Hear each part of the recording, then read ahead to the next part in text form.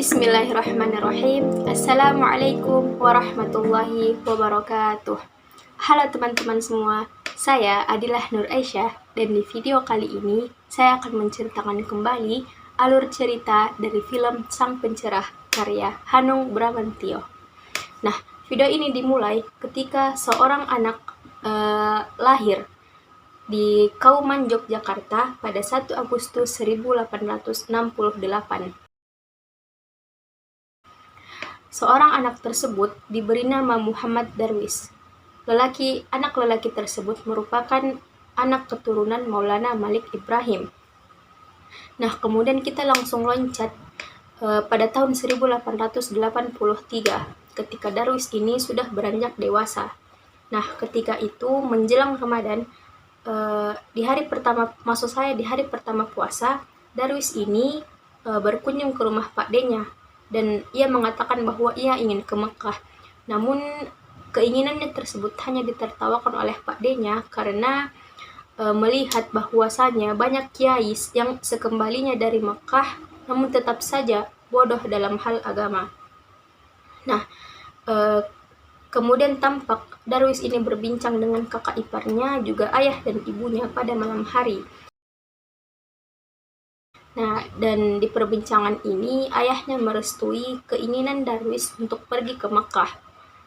Ayahnya mengatakan bahwa ia telah mengirim surat untuk kawan-kawannya di sana dan telah menerima jawaban bahwasanya kawan-kawannya tersebut bersedia untuk membantu proses perjalanan haji Darwis. Nah, Darwis kemudian berangkat haji dari stasiun Lempuyangan keesokan harinya. Nah, di Mekah ia menjalankan proses haji dan melanjutkan dengan menuntut ilmu agama. Ia mendapatkan nama Ahmad Dahlan oleh Syekh Arab di sana. Nah, 5 tahun kemudian ia kembali ke Yogyakarta dan bertemu dengan keluarganya. Dan pada saat itu juga ia memutuskan untuk menikah dengan seorang perempuan bernama Walidah. Nah, di tahun 1896, Abu Bakar atau ayah dari Darwis ini, atau kemudian kita kenal sebagai Ahmad Dahlan, meninggal dunia. Dan Kiai Haji Ahmad Dahlan diputuskan sebagai pengganti ayahnya menjadi khatib besar Masjid Keraton Yogyakarta. Nah, khutbah pertama yang disampaikan oleh Kiai Haji Ahmad Dahlan ini adalah tentang Islam rahmatan lil alamin. Beliau juga menyampaikan sebuah hadis qudsi bahwasanya di dalam berdoa yang dibutuhkan oleh seorang muslim bukanlah seorang kiai, sesajen, dan lain sebagainya, melainkan rasa sabar dan ikhlas. Nah, respon para jamaah ini heran mendengar penyampaian Kiai Haji Ahmad Dahlan tersebut. Pun dengan para kiai, mereka seperti terlihat marah. Selanjutnya digambarkan beberapa anak muda pergi menemui Kiai Haji Ahmad Dahlan untuk mengikuti pengajian bersamanya. Nah, di dalam langgar tersebut Kiai Haji Ahmad Dahlan bertanya kepada pemuda ini ingin membahas apa pada hari itu. Inilah perbedaan cara mengajar Kiai Haji Ahmad Dahlan. Ia membiarkan para muridnya untuk bertanya apa saja yang ingin ditanyakan. Selanjutnya kita lanjut ke latar tempat Wonokromo di Bantul pada tahun 1888. Nah, Kiai Haji Ahmad Dahlan ini merasa kiblat masjid-masjid besar itu keliru. Dan di sini kemudian ia mengadakan diskusi bersama para kiai dan imam masjid tentang perubahan kiblat ke arah yang benar. Namun, pendapatnya tersebut ditentang. Para imam besar ini tidak percaya dengan peta dan menganggapnya sebagai buatan orang kafir. Ahmad Dahlan kemudian mengalah dan hanya terdiam. Namun, saat sholat berjamaah, ia tetap membenarkan kiblatnya sendiri, yang mana kemudian diikuti oleh beberapa masyarakat. Nah, kita lanjut di bulan Ramadan selanjutnya, itu pada tahun 1890 terjadi perpecahan di masyarakat. Beberapa warga memilih melaksanakan sholat tarawih di langgar milik Kiai Haji Ahmad Dahlan dengan arah kiblat yang berbeda. Hal tersebut menyebabkan jamaah Masjid Gede berkurang. Kiai Penghulu menyuruh Kiai Haji Ahmad Dahlan untuk menutup langgarnya, namun beliau menolak. Kemudian Kiai Penghulu tersebut mengancam akan merobohkan langgar tersebut, dan ancaman tersebut benar-benar dilakukan pada malam harinya, yang dimana Ahmad Dahlan pada saat tragedi tersebut pergi menemui Pak D-nya dan mendapati langgarnya telah roboh sekembalinya ia dari sana. Keesokan harinya, Kiai Haji Ahmad Dahlan memutuskan untuk pergi dari daerah Kauman, namun kakaknya mengejarnya ke stasiun untuk menghalanginya pergi. Ternyata keluarganya ini masih membutuhkan kehadiran Kiai Haji Ahmad Dahlan di Kauman. Nah, para keluarganya memberikan bantuan uang untuk membangun langgar itu kembali. Dengan kembali terbangunnya langgar tersebut, dimulai kembalilah pengajian yang dipimpin oleh Kiai Haji Ahmad Dahlan.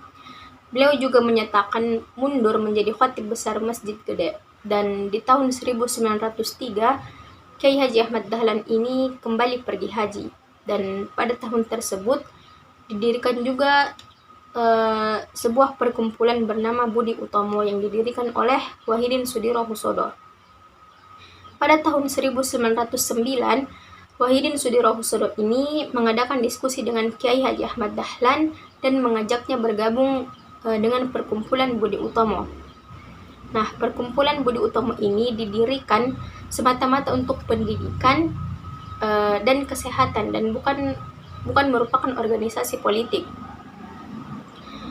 Dengan bergabungnya Kiai Haji Ahmad Dahlan ini, para keluarganya merasa kecewa karena dirasa ada perubahan dari diri Dahlan. Ia turut mengajar di sekolah Belanda dan penampilannya berubah seperti orang Belanda dan menyebabkannya ia dinilai seperti bergaya orang kafir. Hal tersebut tidak berlangsung lama karena Dahlan kemudian tersadar lalu melaksanakan perbaikan kecil di langgarnya. Ia lantas menyiapkan madrasah ibtidaiyah di langgar tersebut dan juga tetap mengajar di sekolah Belanda. Nah, setelah itu Kiai Haji Ahmad Dahlan juga ingin mendirikan sebuah perkumpulan yang kemudian diberi nama Muhammadiyah. Nama tersebut merupakan kesepakatan bersama para muridnya. Nah, Muhammadiyah ini merupakan perkumpulan yang bertujuan untuk masyarakat dan bukan untuk kepentingan pribadi semata. Perkumpulan ini kembali ditolak oleh para kiai penghulu. Terjadi kerusuhan di mana-mana antara dua kubu, yaitu antara kelompok pengikut Kiai Penghulu dan murid-murid Kiai Haji Ahmad Dahlan. Namun setelah melalui proses diskusi bersama, Kiai Penghulu kemudian tersadar dan mengadakan pertemuan berdua saja dengan Kiai Haji Ahmad Dahlan. Ketika itu ia menjabat tangan Kiai Haji Ahmad Dahlan dan mengatakan bahwa mereka masing-masing akan melakukan tugas mereka, yaitu melindungi kewibawaan agama mereka masing-masing. Nah, selanjutnya yang terakhir adalah di Yogyakarta pada 12 November 1912, meskipun surat resmi perkumpulan belum turun, namun hari tersebut ditetapkan sebagai hari lahir Muhammadiyah oleh Kiai Haji Muhammad Dahlan. Maksud saya Kiai Haji Ahmad Dahlan. Itu saja tentang alur cerita film Sang Pencerah ini. Adapun pesan-pesan yang dapat kita kutip dari film ini, yaitu yang pertama adalah kesalahan itu biasa terjadi, bahwa kita juga kadang tidak menyadari bahwa telah melakukan kesalahan. Namun jika tidak seperti itu, lantas bagaimana kita mau belajar untuk tidak mengulang kesalahan yang sama?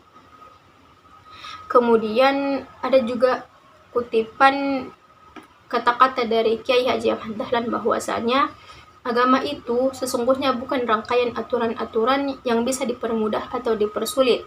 Agama itu adalah sebuah proses. Jadi jangan sampai salah memberikan pengertian tentang agama kepada umat, karena sejatinya agama dan Islam khususnya itu adalah sebuah keindahan dan ketenangan yang bisa dirasakan dari dalam hati. Nah, pesan yang dapat saya tangkap sendiri bagi saya pribadi adalah yang pertama, yaitu ketika kita dimusuhi, dikritik, dicaci maki, maka yang sepantasnya yang kita lakukan adalah tidak membalas berbuat seperti itu kepada orang yang melakukan hal tersebut kepada kita. Dan yang terakhir, sebagai orang Islam, kita harus menunjukkan bahwa kita bisa bekerja sama dengan siapapun, asal tetap memegang prinsip lakum dinukum waliyadin, untukmu agamamu dan untukku agamaku. Tidak sepatutnya kita saling membenci hanya karena mempertahankan ideologi kita masing-masing. Cukup sekian dari saya, lebih dan kurangnya mohon dimaafkan. Apabila ada salah-salah kata, mohon dimaafkan. Wassalamualaikum warahmatullahi wabarakatuh.